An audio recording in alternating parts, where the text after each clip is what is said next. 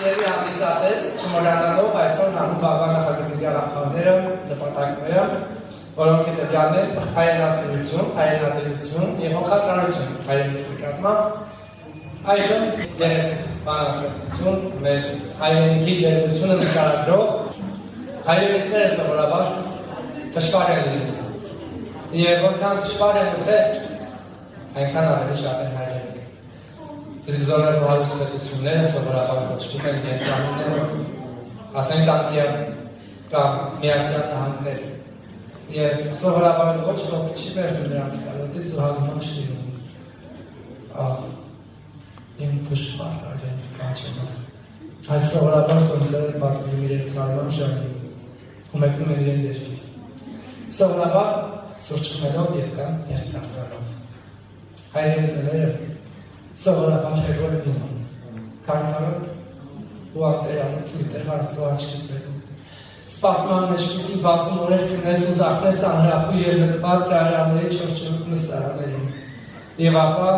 մեծ հաջողության դեպքում պիտի ճանապարհ ընկնես անպատեհ մի ժամի սովորաբար խորը գիշերով իրարդափակված բազմության մեջ կորցնելով ոտիդ ու հաճախ նաև գլխիդ տեղը։ Եվ պիտի տեղ հասնես անպատեհ մի ժամի, որպեսզի այնուհետև ճանապարհին ուսկեսը շարունակես ոտքով,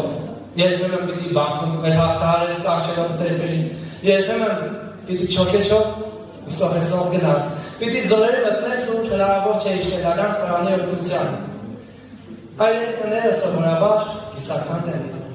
Ինչ իմաստնի նորոգել է, եթե քանդվելու են նորից երկրաշարժից հետական և կամ առօրյա հետագործությունից։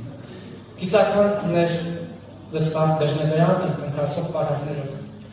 անմարդ բնանիքով և անդրաշտղամարտկացով, որոնց կյանքի մի կես անցնում է ուտարության մեջ և կամ հիվանդանոցներում, որտեղից սովորաբար գերեզման է տեղը, չստուգելով անգամ ողջ է, թե մեկանց։ Հայրենիքի մորը սովորաբար մի եղանակ է ունենում, սուր, դարժած, որը սովորաբար ավարտվում է քեզ հետ միասին։ Ու հետո ինչ-որ մի կարճ շրջան, որ համակված է ձմռան սպասման, կա գնալ ու վախով։ Հայրենիքն այնտեղ է, որ սովորաբար խրպոց է նշում, կամ է քնից զզված երեխային մաս, բոլորն են քնած։ Ահա ինչու հայրենիքները երազներով ու երազանքներով են վերջնեվեյան լցված։ Բոլորն են քնած, բայց ես հավերժական հայրն ու Հայաստանը, և ես հրաժարվում եմ վերջակետ դնել, որովհետև իմ այս երկը պիտի շարունակվի այնքան,